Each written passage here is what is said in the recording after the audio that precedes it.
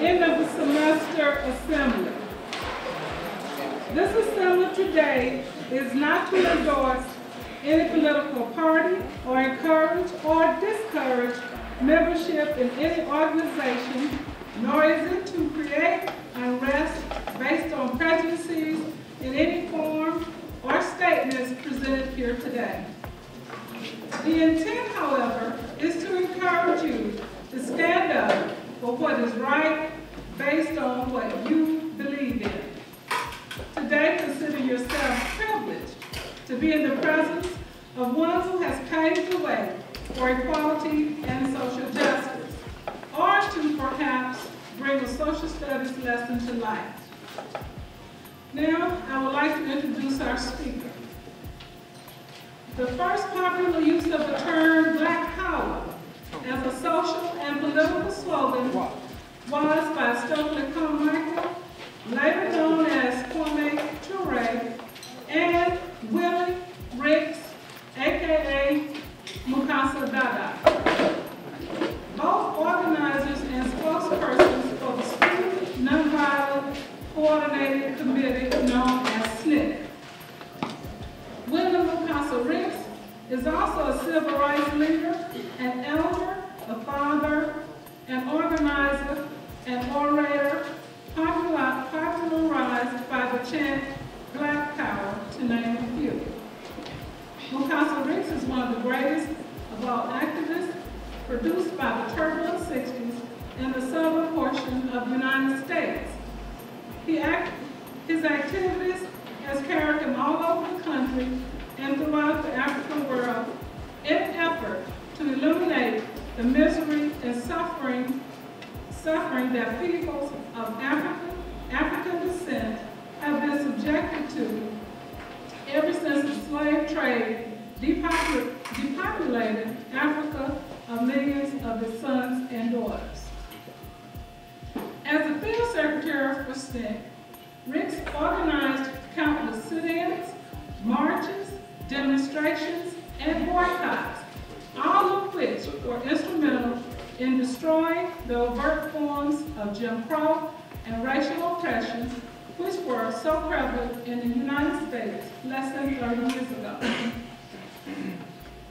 As time went on, Ricks, who was speaking on the same platform with Dr. King and other important figures, had become one of the leading organizers and speakers of SNCC in particular, and the movement in general. Having participated in hundreds of sit-ins, stand-ins, demonstrations, pickets, marches, Ricks paid the price by being jailed, beaten, bitten by dogs, and shot. While organizing Once in America's Georgia, he was shot by the police, which resulted in him being grazed and left with a scar still on him today. Ricks's organizing activities were so effective that the state of Georgia declared him to be one of the 10 most dangerous people in the state in 1973. As a result, the police were requested not to approach his house by themselves, but instead to signal 39, which meant police in stress need help. It has been documented that they were given orders to shoot to kill. Ricks has remained active ever since he first started out in Chattanooga in 1960.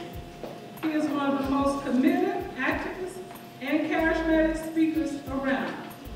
Today, we hope that you will be motivated by his message to go out and do great things and save some money along the way. Please join me in welcoming Willie Mukasa Ricks.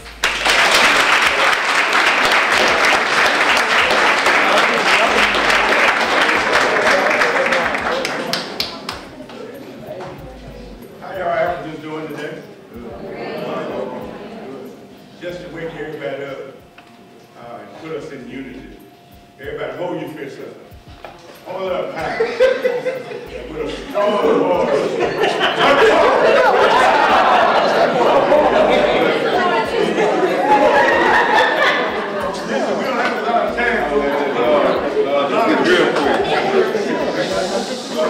our history.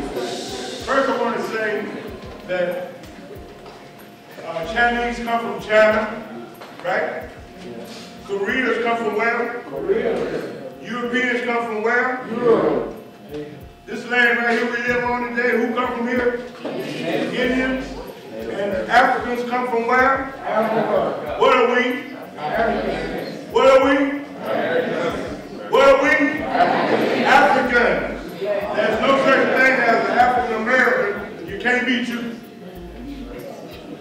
You understand? You're Africans. We are African people. And let's look at Africa. Africa is the richest continent in the world, right? What makes the continent rich? Minerals, the resources. Africa is where diamonds, gold, oil, rubber, zinc, tea, copper, pearl, cobalt, manganese, and thousands of other minerals. Every fruit in the world comes from Africa, and thousands of fruits that we never heard of. Our continent, Africa, is the richest continent in the world. But not only Africa is rich, we built the greatest civilizations in the world. Did y'all know, you know the name of any African civilizations? How many people heard of Ghana? The great Ghana Empire. How many people heard of Mali? Mali, the people in Mali, the Dogon people, they had dealings with planets all over the world. They know the measurements, the weights of planets that the European nations today, even the United States, or the scientists don't know about today. And some of them they'll find out about it. But we deal with astronomy and astrology as Dogon people. And then you go and look at Egypt. We had mathematics, science, chemistry, engineering, biochemistry, nutrition, philosophy, astronomy. We built the first universities in the world when other nations didn't have no civilization. We had our own gods and goddess in Africa. We taught the world that the theory of one God. So the greatest civilization in the world, and black people, African people, stood on top of the world for thousands and thousands and thousands of years. Y'all hear me? But not only did we stand on top of the world, our people, when other people were in caves, our women were wearing silk and satin. We were sitting in universities, teaching mathematics and science. Also, our women, the African woman, you, the most beautiful women in the world. Can I get an amen? You never put African queens and African women. And you deserve the very best. And I know you deserve the very best, because when God put all this stuff together, He put some people in Europe, some people in Asia, but the people He put on the richest land in the world, the most fertile land in the world, and produced the most beautiful people in the world was Africa. Africa. We're smart, we're brilliant, we're beautiful. Our hair is beautiful, it's good hair. It's good hair. They know weak hair, this is how I break a comb. Yes, we're African people. These are beautiful lips. Look at these African lips. You got it? Back in the day, we used to say that African people, the African women have the only lips in the world that kiss and get a cushion. We got the only hair that will break the comb. And look at our beautiful skin. Our skin is beautiful. And we shouldn't let nothing and nobody feel that we are less than beautiful or less than kings and queens. And our continent, our land, is the richest land in the world. But let's go back. These great empires that we built in Africa. And we sent our leaders throughout the world, and we conquered the world and taught the world mathematics. That was a group called the Moors. How many people ever heard of Moors? The Moors, M-O-R-S. The Moors controlled the world for 800 years. We built the first university in Europe that the Europeans had. People from all over the world used to come to Africa to learn mathematics, science, chemistry, engineering, and philosophy, and what have you. They came to Africa, and we educated them and sent them out the world. The Moors went all over the world building pyramids and helped building great civilization and helped making people intelligent. the Moors looked like you and me. But then Africa was invaded by two forces. The Arabs invaded Africa. The Arabs invaded Africa and killed us by the millions, enslaved parts of Africa, took over our empires, and made us, put us under Arab control. And then you have the Euro-Christian, came to Africa. And we had diamonds and gold and oil and zinc and pearl and cobalt and manganese. And they didn't have nothing but Jesus in the Bible. And they asked us to pray with them. We shut our eyes and pray. When we opened up our eyes, they had the diamonds, the gold, the oil, the silver, the copper, and pearl, had us on slave ships. Guess what they left us with? Book in the Bible. Stole everything. As a matter of fact, they were so dumb, they tried to do it in the name of religion. They said it was the duty of the religion to come put us in slavery. It was the duty of civilization to come put us in slavery and rob Africa. Matter of fact, if you Google the word good slave ship Jesus, the first ship to make it from Ghana and make it to the United States with us on the slave ship was called Good Slave Ship Jesus. They invaded Africa, put us in slavery, put us on slave ships, but in Africa, they didn't just put us on slave ships, they took over Zimbabwe, they took over Ghana and Mali and Sundhay, they took over all our empires, killed us by the thousands, enslaved us, and then made us dig our gold and diamonds and oil. And we dug so much diamonds and gold and oil that Europe got rich and still getting rich off of what they steal out of Africa. The United States was born on stealing and raping Africa and making the Africans work 500 years free as slaves to build this nation. It's built on slave labor and it's built on what was stolen and taken from Africa. We are the sons and daughters of Africa. Africa is rich, the richest continent in the world, but yet the African people are the poorest people in the world. And the reason that you're poor because of centuries of exploitation and domination by foreigners. They are designing to make Africa poor. They are designing to keep us poor in the United States. It's designed that way. They're designed to put us into jails and prisons. They're designed to run our fathers out of our houses. They're designed to put drugs in our community. And we have to stop it. You have to take the place of Rosa Parks. It is your duty. And since we've been scouted and put in slavery, we've had several great leaders that W.B. Du Bois. He started a concept called Pan-Africanism. How many people heard of W.B. Du Bois? How many people heard the concept Pan-Africanism? I want you to Google Pan-Africanism. It's a lot of black history. When you put the word Pan-Africanism in the computer, a lot of black history will come up on the African history. We're not blacks, we're Africans. Everybody's named after the continent, and there's no such place as black land. The name of the continent is Africa. And that many of us, we can't even say hello in Africa. Don't speak no parts of our language, and they try to brainwash and make us think we ain't supposed to. But they teach us French, they teach us Spanish, they teach us Portuguese, they even teach us English from England. Why we can't learn Swahili? Do y'all hear what I'm saying? Now, finally, I would like to say, I'm finished, but I would like one other thing. I would like for maybe two people to ask a question, a quick question. Do any of you have a question? Yes, Mother. This is me in the pictures, man. My name was Willie Ricks, then. Willie Ricks. And on this one, this is Stokely Carmichael, whose name is Kwame Ture.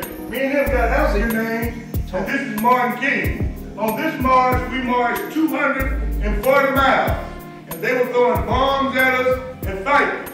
And one of the things you can do, as you teach you to do, is look up Eyes on the Prize. Y'all heard that series? Yes. In the 1966 part, they'll show you that march, and they'll show you me and Martin King marching when they were bombed us.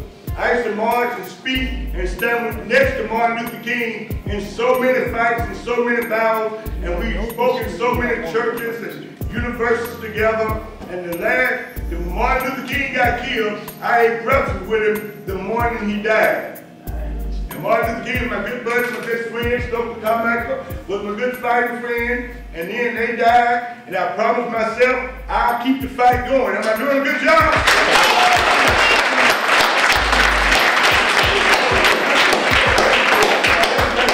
And now my name is Mukasa. Everybody says Mukasa. Mukasa. Mukasa Dada. Now, you Google my name in the computer, and you'll see a lot of history and a lot of Black Power works that I didn't just make history in 1965. I'm making history in 2012 because I'm fighting right now, right?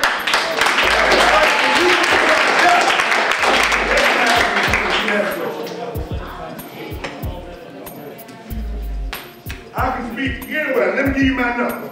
I speak anywhere. I speak anywhere. On a corner, in an alley, at a church, at a university. I do it all. My telephone, my cell number is 678-777-4361. My name is Mukasa, M-U-K-A-S-A-D-A-D-A. And my email is WillieRicks, W-I-L-L-I-E-R-I-C-K-S, WillieRicks@Comcast.net. If any of y'all need me, want me, in any way to do anything, I'll come fight for you, stand up for you, speak up for you, any day you want. So y'all go to school and tell your teacher you want me to come over. My last question, last two questions. So you feel comfortable speaking at like pre-commencement ceremonies? I feel comfortable speaking anyway. I'm spoken at alleys, churches, nightclubs, universities. Anybody you want me to speak, I'll be glad to speak. And I'll be there for you. I'm there for you anyway. Yes, my little sister. Because I tell the truth, I speak up for the people, I fight for the people, and I don't hide, I just tell the truth. I don't compromise, and I was one of the people that helped organize it. I was one of the people that stood up for Martin Luther King. Sometimes I'll be marching with Martin Luther King, and them old sheriffs, mean white, ugly sheriffs, talk to Martin Luther King like a dog, and spit in his face. I can stand. So I kept me a little brick in my pocket whenever they spit in his face. Hey, I was running loud shit that makes it real bad. And then I was one of the people who started the Black Panther Party. How many people heard of the Black Panther Party? Oh yeah, I heard that. And I was one of the brothers that started the Black Power movement. And we fought and stood up in the streets too. And I was one of the brothers that when they tried to drive me to the army, you know what I told them? Hell no!